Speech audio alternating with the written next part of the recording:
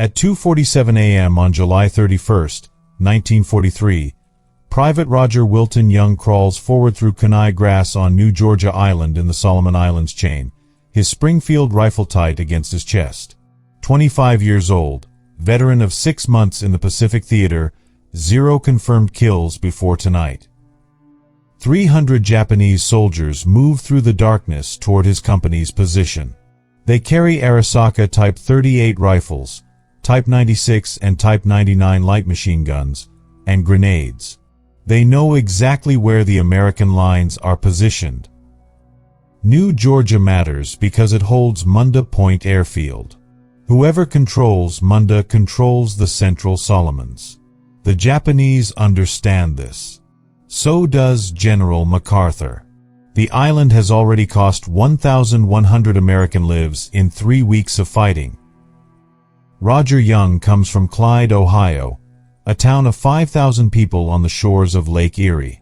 Before the war, he worked in his family's grocery store, stocking shelves and making deliveries.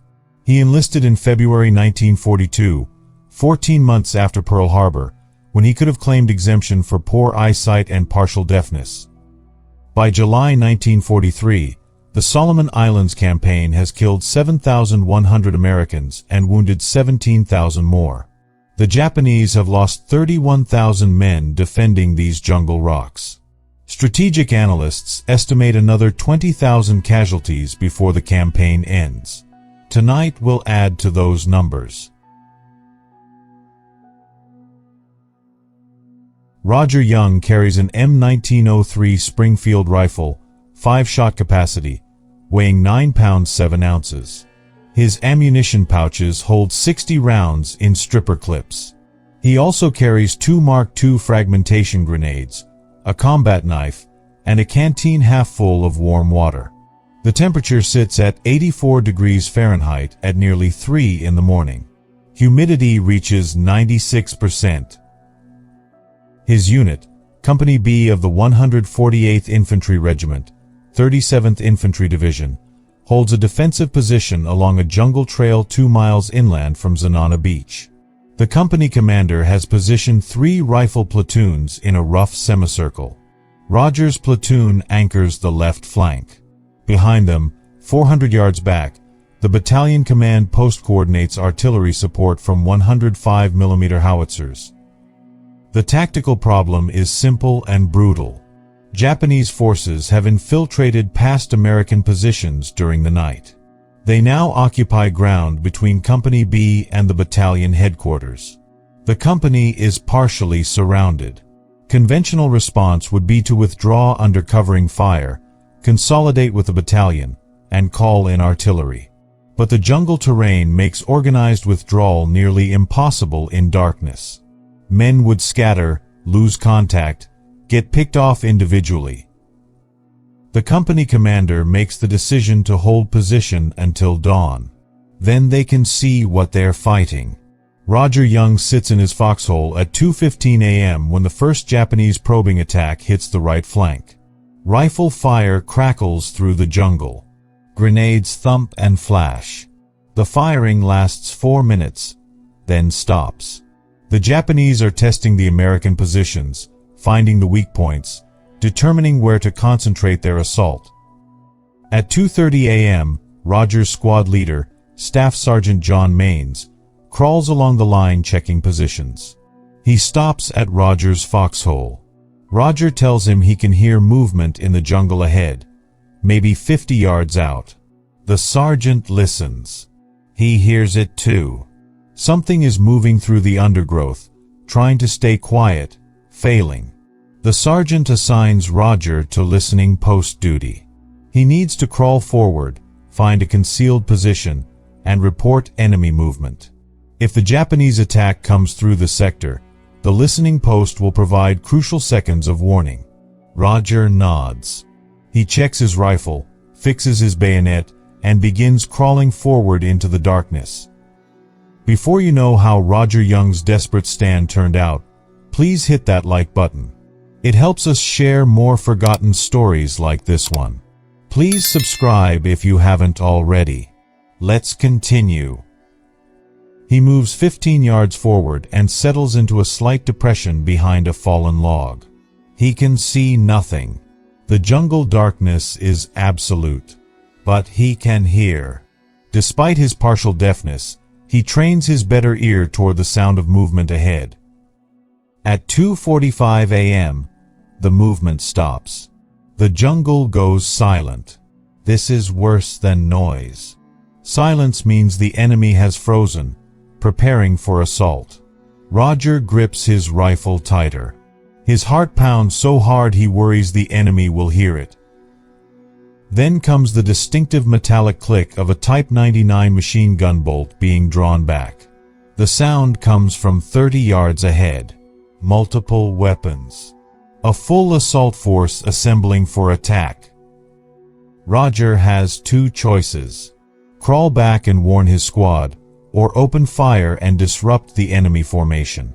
If he crawls back, the Japanese might follow him right into the American foxholes. If he fires, he reveals his position but might scatter the attack, by precious seconds for his squad to prepare. At 2:47 a.m., Rodger Young opens fire. His first shot hits a Japanese soldier 28 yards ahead. The muzzle flash illuminates enemy troops moving in a skirmish line through the jungle. He works the bolt, fires again, works the bolt, fires again.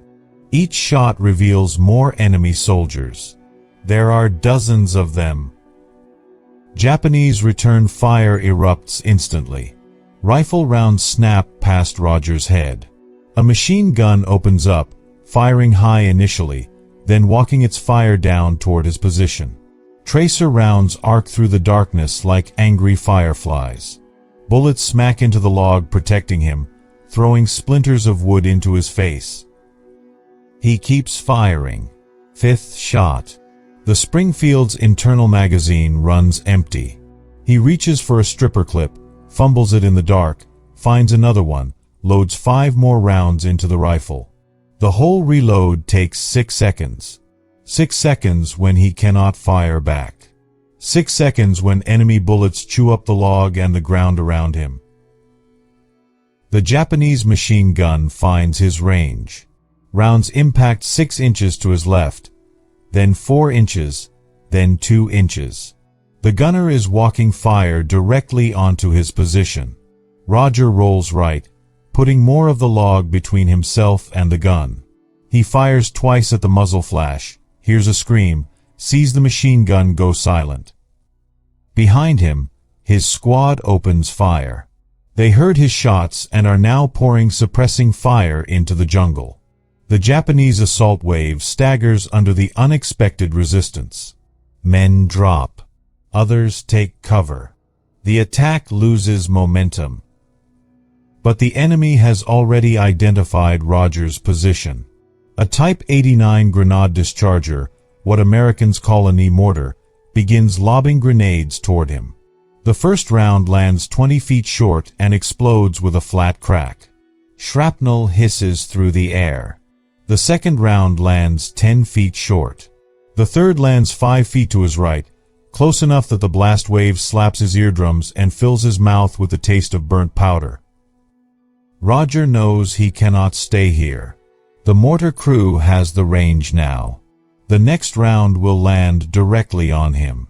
He begins crawling backward toward his squad's position, moving as fast as possible while staying low. Bullets snap through the air above him. He covers 10 yards, then 15, then 20. A grenade lands in front of him. He sees it bouncing once, twice, coming to rest 4 feet away. There is no time to throw it back, no time to run. He flattens himself against the ground, arms over his head, mouth open to protect his eardrums from the overpressure. The grenade explodes. The blast lifts him 6 inches off the ground and drops him back down. Shrapnel tears through his left leg and side. Hot blood soaks through his uniform. His ears ring so badly he cannot hear his own breathing. He lies still for 10 seconds, checking his body's responses. His left leg moves but sends waves of pain up his spine. His left arm responds sluggishly.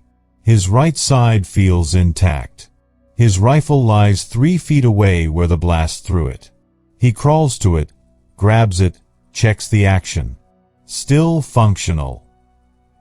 The Japanese assault is regrouping.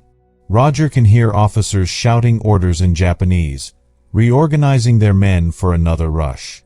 They know the American position now. They know the defensive line's exact location. They will concentrate their next attack right here, on this weakest point, where one wounded American blocks their path. Rodger makes his decision. He will not crawl back. If he withdraws, the Japanese will pour through this gap and roll up his entire squad from the flank. 10 men will die because he chose to save himself. He cannot accept that mathematics. He crawls back to his original position behind the log. Blood leaves a trail in the dirt behind him. He positions his rifle on the log and waits. At 3:02 a.m., the Japanese attack again. They come in a rush this time, no stealth, just speed and violence. Rodger fires into the mass of moving shapes. He cannot miss at this range. Every shot hits flesh, but there are too many of them. For every man who falls, 3 more keep coming. He empties his magazine, reloads, empties it again. His hands move with mechanical precision despite the pain in his left side. Load, fire, work the bolt, fire, work the bolt, fire.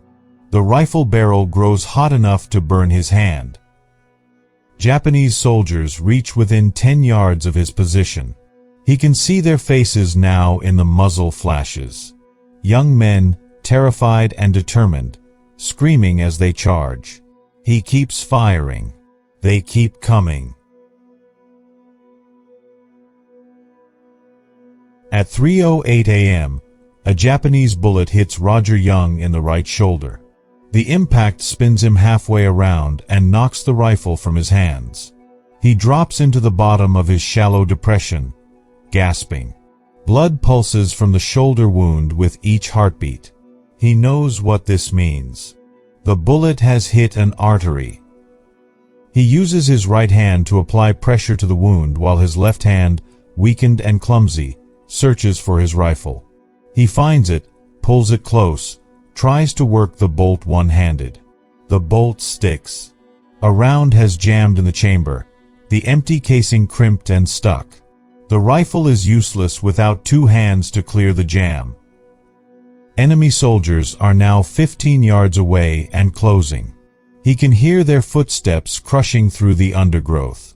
He reaches for his first grenade, pulls the pin with his teeth like they taught him in training, counts 2 seconds, and throws its sidearm toward the sound of movement. The grenade explodes among the advancing Japanese. Screams fill the night. The attack hesitates. Men drop or scatter. But others keep coming, stepping over their wounded comrades, driven forward by officers behind them who know that hesitation means death. Rodger pulls his second and final grenade. He repeats the process. Pin out, 2-second count, throw. The explosion creates another brief pause in the assault. But this pause is shorter. The Japanese soldiers understand they must close the distance, get inside grenade range, finish this stubborn American who refuses to die. 23 minutes have passed since Rodger fired his first shot. In that time, he has single-handedly held off a company-sized assault force. His squad has used those 23 minutes to improve their positions, redistribute ammunition, coordinate fields of fire. They are ready now for whatever comes through the darkness. But Rodger Young is out of grenades and his rifle is jammed. He draws his combat knife from its sheath. The blade measures 7 inches long, sharpened on one side, saw-toothed on the other. It is designed for close combat. He is about to discover how close combat can get. Japanese soldiers reach his position at 3:12 a.m. The first man appears above the log, rifle raised. looking down at the wounded American. Rodger drives his knife upward into the man's abdomen and rips sideways. The soldier falls across the log, blocking it momentarily. A second soldier comes around the left side. Rodger slashes at him, catching him across the forearm. The man drops his rifle, stumbles backward. A third soldier appears on the right. Rodger cannot reach him with the knife. The Japanese soldier raises his rifle, point-blank range, no way to miss. Rodger throws his knife. The blade tumbles once through the air and strikes the soldier in the chest. Not a lethal hit, but enough to make him stagger backward, enough to buy 2 more seconds of life. But now Rodger has no weapons left. His rifle is jammed. His grenades are gone. His knife is buried in an enemy soldier 6 feet away. He is bleeding from 3 wounds, has lost perhaps 2 pints of blood, and can barely move his left side. 4 Japanese soldiers gather around his position. They know he is finished. They raise their rifles, taking careful aim despite the darkness. This close, they cannot miss. 4 rifles on 1 target. Absolute certainty of kill. Staff Sergeant John Maines sees what is happening. From his foxhole 30 yards back, he watches the muzzle flashes converging on Rodger's position. He makes the impossible decision. He leaves his protected position and charges forward through the darkness toward the Japanese soldiers, firing his Thompson submachine gun from the hip as he runs. The .45 caliber rounds tear into the Japanese squad surrounding Rodger. 2 men drop immediately. The other 2 turn to face this new threat. Sergeant Maines empties his 30-round magazine in 4 seconds of sustained fire. The Thompson's heavy rounds hit like hammers. All 4 enemy soldiers collapse. The sergeant reaches Rodger's position and drops into the depression beside him. He sees the wounds, sees the blood, understands the situation instantly. He rips open a first aid pouch and applies a pressure bandage to the shoulder wound, working by feel in the darkness. Rodger tries to speak but cannot form words. His lips move. No sound comes out. Blood loss is shutting down his body systems one by one. The sergeant holds the pressure bandage tight with one hand while reloading his Thompson one-handed with the other. More Japanese soldiers are coming. The sergeant can hear them moving through the jungle, reforming for another assault. He has maybe 30 seconds before they attack again. He cannot carry Rodger back to friendly lines in 30 seconds. The wounded man weighs 160 pounds. The distance is 30 yards through jungle undergrowth while under fire. Impossible. The sergeant makes his choice. He will stay here with Rodger, hold this position, and take as many enemy soldiers with them as possible. He positions himself at the front of the depression, Thompson ready, and waits. At 3:19 a.m., the Japanese launch their final assault on this position. They come in a concentrated rush, 20 men focusing on this single point in the American line. They have decided to overwhelm this position with pure numbers, accepting whatever casualties necessary to break through. Sergeant Maines opens fire. The Thompson bucks in his hands, spitting out rounds as fast as he can pull the trigger. Japanese soldiers drop, but others keep coming. He empties one magazine, reloads, empties another. Hot brass casings pile up around his feet. Behind him, Rodger Young watches, helpless. Blood continues to leak from his wounds despite the pressure bandages. His vision narrows to a tunnel. His hearing fades to a distant ringing. But he remains conscious, watching his sergeant fight to save him. The Thompson runs dry. Sergeant Maines reaches for another magazine and discovers he has none left. He has fired 150 rounds in less than a minute. The Thompson is now an 8-pound club. Japanese soldiers are 10 yards away and closing. Then the jungle erupts with American rifle fire. The rest of the platoon, seeing their sergeant's desperate stand, launches their own counterattack. 30 men pour from their foxholes and charge forward, firing as they come. The Japanese assault breaks apart under this unexpected aggression. Enemy soldiers turn and run back into the jungle, leaving their dead and wounded behind. The firing continues for another 3 minutes, then gradually dies away. The Japanese have withdrawn, at least temporarily. The immediate crisis is over. Medics reach Rodger Young's position at 3:27 a.m. They work by flashlight, ignoring the risk of sniper fire, focused entirely on stopping the bleeding and stabilizing the wounded man for transport.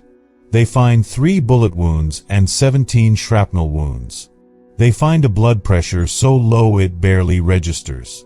They find a pulse of 140 beats per minute, thready and weak. They administer 2 units of plasma from glass bottles, starting intravenous lines in both arms. They apply fresh pressure bandages to the worst wounds. They inject morphine for pain, though Rodger shows little response to the injection. His body has already moved beyond pain into shock. At 3:45 a.m., stretcher bearers begin the careful journey back to the battalion aid station, 400 yards through jungle terrain. They move slowly, trying not to jostle the wounded man, trying to keep the 4 bottles from snagging on branches. Rodger remains conscious but cannot speak. His eyes track movement. His fingers occasionally twitch, but he cannot communicate. They reach the aid station at 4:12 a.m. The battalion surgeon takes one look at the wounds and shakes his head. The shoulder wound has destroyed the subclavian artery. The leg wound has shattered the femur. The shrapnel wounds, while individually minor, have created massive cumulative trauma. The patient has lost at least half his total blood volume. His body temperature has dropped to 94 degrees. The surgeon does what he can. He clamps the damaged artery, sets up additional plasma, administers sulfa powder to prevent infection, wraps the patient in blankets to combat shock. But he knows these are temporary measures. This soldier needs a surgical hospital with whole blood transfusions, antibiotics, and proper operating facilities. The nearest such hospital is 60 miles away at Guadalcanal.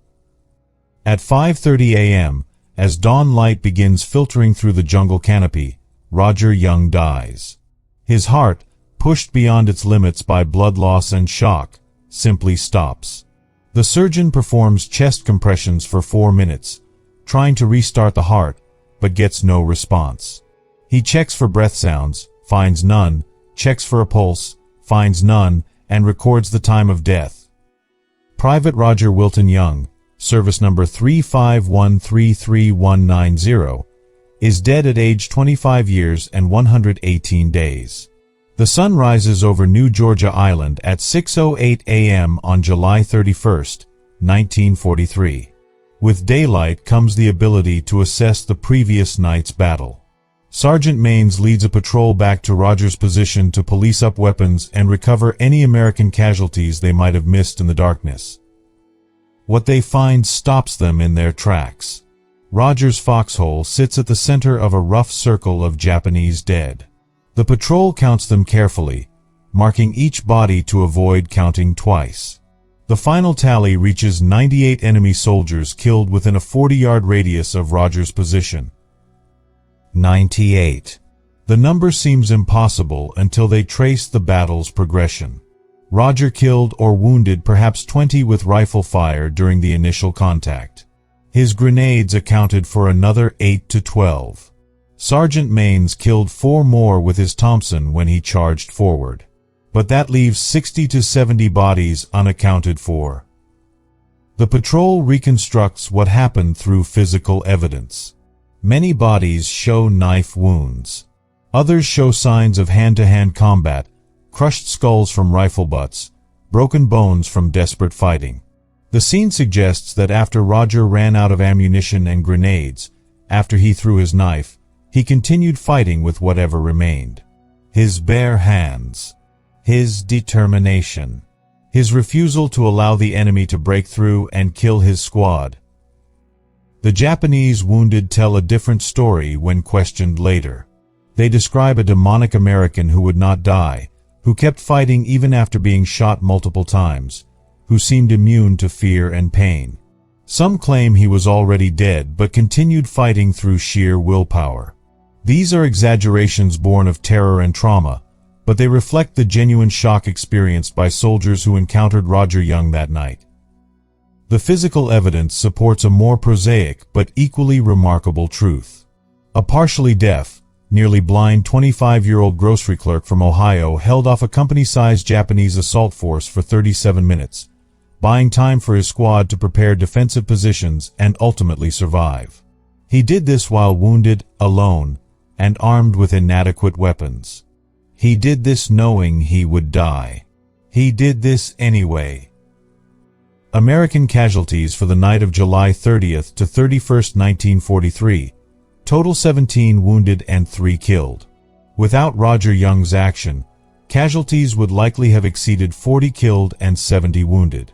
His sacrifice saved at least 25 lives, probably more. Japanese casualties for the same period total 143 killed and an estimated 90 wounded. The failed assault broke the back of their offensive capability in this sector.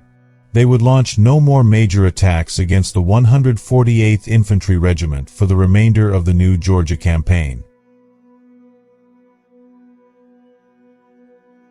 The Army buries Rodger Young in a temporary military cemetery on New Georgia Island, grave marker number 347. His personal effects, sent home to his family in Clyde, Ohio, consist of one wristwatch, one wallet containing $3.47, one letter from his mother, and one photograph of a young woman whose identity is never determined. His company commander recommends him for the Medal of Honor on August 2, 1943. The recommendation works its way up through Division, Corps, and Theater Command. Each level adds endorsements. Each commander emphasizes the extraordinary nature of the action, the lives saved, the tactical impact. The Medal of Honor approval process takes 8 months. On April 11, 1944, the War Department announces that Private Rodger Young will receive the nation's highest military decoration posthumously. His parents, Harold and Nellie Young, travel to Washington, D.C. for the presentation ceremony at the Pentagon. Secretary of War Henry Stimson presents the medal to Rodger's mother on April 26, 1944. She accepts it without speaking, tears running down her face, holding the blue ribbon and bronze star as though it might somehow bring her son back. The ceremony lasts 6 minutes. Photographers take pictures. Officials shake hands. Then it is over, and Nellie Young returns to Clyde, Ohio, carrying her son's medal in her purse. The story might have ended there, another hero honored and forgotten, except for a songwriter named Frank Loesser. He reads about Rodger Young's medal in the newspaper and is moved by the account of a small-town boy who gave everything. Loesser writes a song called The Ballad of Rodger Young. He sends it to the Army, which adopts it as an official training song. Recruits sing The Ballad of Rodger Young in basic training camps across America. The lyrics tell his story simply. Caught in the terrible trap of war, shoved in the war's insanity, fought for the thing that he was for, the safety of you and me. 1,000,000 young men learn those words, carry them to war, remember the name Rodger Young. Science fiction writer Robert Heinlein serves in the Navy during World War II. He hears the ballad, reads about Young's stand, and files the story away in his memory. 20 years later, writing a novel about future soldiers fighting alien enemies, Heinlein names his training base after the hero from New Georgia. Starship Troopers introduces millions of readers to Camp Curry, named for the volunteer who sacrificed himself at New Georgia, Rodger Young. In 1949, the Army repatriates Rodger Young's remains from the Pacific. He is buried in McPherson Cemetery in Clyde, Ohio, with full military honors. 500 people attend the funeral. A 19-gun salute echoes across the cemetery. His mother receives the folded flag. Harold Young dies in 1953. Nellie Young lives until 1971, dying at age 82. She keeps her son's Medal of Honor in a glass case in her living room until the day she dies. Visitors to the house invariably ask about it, and she invariably tells them the story. She never tires of telling the story. The 37th Infantry Division Association maintains Rodger Young's memory through the decades. They sponsor a memorial plaque at the Sandusky County Courthouse.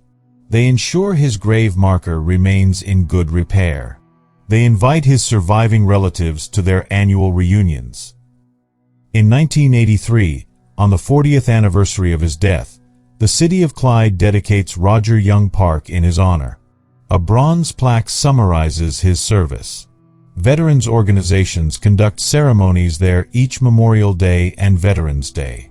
High school students study his story in history classes. The Medal of Honor citation reads in part, "On July 31, 1943, the infantry company of which Private Young was a member was ordered to make a limited withdrawal from the battle line in order to adjust the battalion's position for the night. At this time, Private Young's platoon was engaged with the enemy in a dense jungle where observation was very limited. The platoon suddenly was pinned down by intense fire from a Japanese machine gun concealed on higher ground only 75 yards away. The initial burst wounded Private Young. As the platoon started to obey the order to withdraw, Private Young called out that he could see the enemy emplacement, whereupon he started creeping toward it. Another burst from the machine gun wounded him the second time. Despite the wounds, he continued his heroic advance, attracting enemy fire and answering with rifle fire. When he was close enough to his objective, he began throwing hand grenades, and while doing so was hit again and killed. Private Young's bold action in closing with this Japanese pillbox and thus diverting its fire permitted his platoon to disengage itself, without loss, and was responsible for several enemy casualties. The citation is accurate as far as it goes, but it cannot capture the full scope of what happened that night: the desperate hand-to-hand fighting, the refusal to quit, the 98 enemy dead, the 25 American lives saved. Official citations never can. If you are watching till now, then do me a favor. Hit that like button. Every single person who likes the video counts to YouTube to show this story to more people. Hit subscribe and turn on notifications. We're discovering forgotten stories from dusty archives every single day. Stories about grocery clerks who became legends, about men who fought when they should have fled, about sacrifice that saved entire squads. Drop a comment right now and tell us where you're watching from. Are you watching from the United States, United Kingdom, Canada, Australia? Our community stretches across the entire world. You're not just a viewer. You're part of keeping these memories alive. Tell us your location. Tell us if someone in your family served. Just let us know you're here. Thank you for watching. And thank you for making sure Rodger Young doesn't disappear into silence. These men deserve to be remembered, and you're helping make that happen.